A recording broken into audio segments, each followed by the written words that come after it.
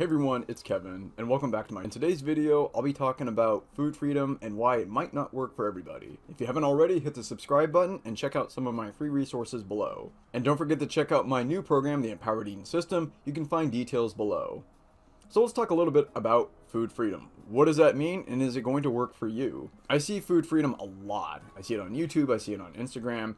It sounds really nice. I can eat whatever I want without worrying about it. Don't get me wrong, this can be misinterpreted, and I think the people who promote it are well-intentioned, and I think food freedom can work for everybody, but we need to define it first. Food freedom doesn't mean eat as much as you want and anything at any time, okay? We call that an eating disorder. That's certainly not what we want, and that's not what the food freedom promoters are saying. Just because you have an inclination to eat half the bag of chips doesn't mean you should do it. So that's not what food freedom means. Food freedom means that you can include anything and everything in your diet without worrying about it. So if you want to have meat, or you want to have starches, or you want to have desserts, or you want to have other high calorie treats, you are free to do that. That's what I really like about food freedom. And I think one of the things that you need to do to recover is incorporate as many things as you can. But there are some caveats to that, and I'm going to explain that in this video. The first thing I want to say is not every recovery is the same. No two people are the same. Yes, we have similarities, we have similar anatomy, but one thing that I saw when I was in PT school was the wide variety in bodies. So muscles look different, bones looked a little different. Everything is an average. And the same is true with our brains. So just as our bodies are all a little different, the way we think is a little different.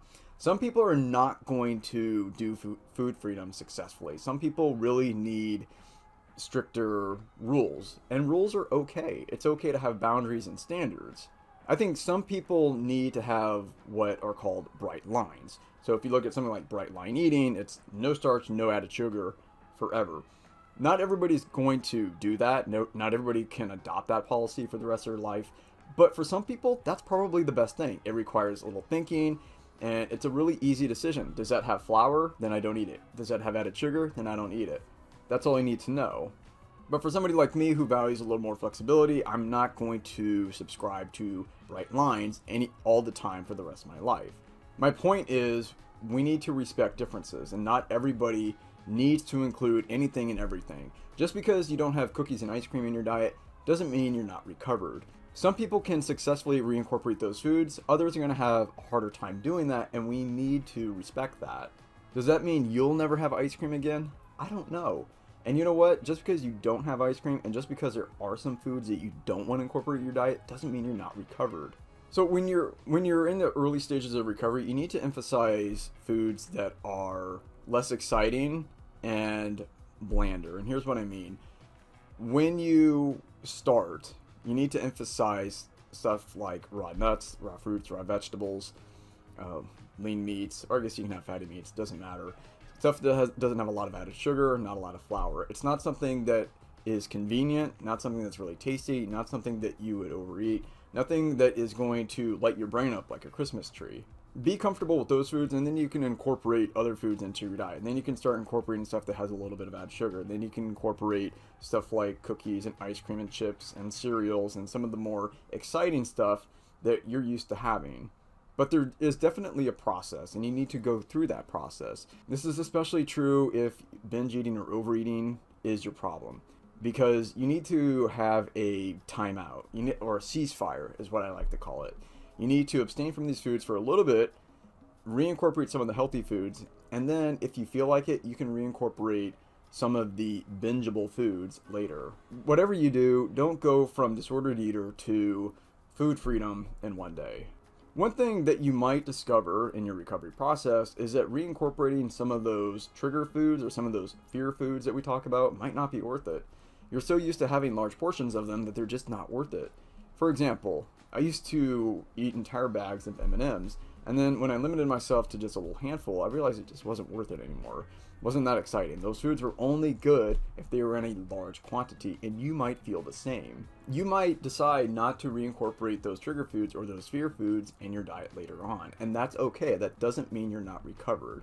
You might find that after abstaining from those foods for a little while that you don't want them, or that when they're in small quantities, they're not that great. I want to make a note on what it means to give yourself full permission to eat. You need to give yourself full permission to eat when you're hungry. I think that's important for disordered eaters. And even then, that comes with a caveat. Some people are doing intermittent fasting and they're getting great results because they're in a fat burning phase for a longer period of time. I'm not going to go into the science behind intermittent fasting, but some people are doing that. In order to do that successfully, you have to tolerate a little bit hunger. So instead of having breakfast at 8 or 9, now you're not having until 10, 11. Some people go until noon. I do that sometimes too, but you have to be a little bit uncomfortable to do that, and you're not giving yourself permission to eat at 10 or 11. So even then, there's a little caveat there. I don't think full recovery means you have to give yourself full permission to eat everything at any time. You are free to exclude foods from your diet. As long as you are giving yourself the requisite calories and nutrients, you're fine. I do recommend that you eat a variety of different foods, but if there is something that you don't want to eat because it's not your standard, or you don't want to cross that bright line, that is your choice. Remember, every recovery is different. This channel would not be possible without Essetino Artists. If you want to start your own YouTube channel and start producing content today, then check out the Creative Business Academy. There is a link below. Alright, back to the video. I also want to talk about what it means to restrict.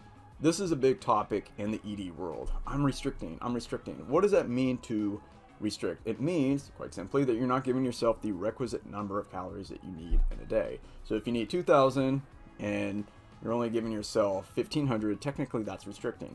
But if you're in a weight loss phase, you technically have to restrict. There's no way around that. You can't break the laws of physics here. You're going to have to find a balance, because you need to create a deficit, but not so low that you can't do what it is that you need to do each day, and not so low that it triggers or it leads to the negative behaviors that you want to eliminate. If you don't cut enough, then you're not going to lose weight. You cut too low, then you won't have enough energy, and you might recreate or restart that cycle. So restricting doesn't have an exact definition. You know it when you see it. If you're not trying to lose weight and you're still deliberately withholding calories, then you're restricting. I remember when I was like 22, 23, I would artificially cap myself at 2,500 calories a day, even though I probably needed 32, 33. I was emaciated, had no muscle mass. I was definitely restricting. Those were signs of restriction because I could see it in my face. Other people could see it in my face. And my health was declining, and I never had enough energy to do what I wanted, and I was always thinking about food. Those are telltale signs that you're restricting. But if you're eating just a little less each day, and you're cutting out some of the higher fat, higher calorie foods to create that deficit in an attempt to lose weight, that's not restricting, that's just weight loss. The last thing I'll say about food freedom is that it's okay to confine exciting, high-calorie foods to certain situations. For example, I like to drink soda. I only have it at parties. Okay, so unless I go to a party and there's soda in the cooler, I don't have soda. Cake, I only have that at birthday parties. Pie, I only have that at Thanksgiving and maybe at Christmas, so that's, twice a year. There are some restaurants I only go to at certain times of the year. My point is, it's okay to have everything. It might be best to confine it to a certain situation or a certain time of the day, and certainly to a certain quantity. Instead of saying, I'll never eat that again, tell yourself that you'll only have it in this situation. Some things are best when you only have them once in a while.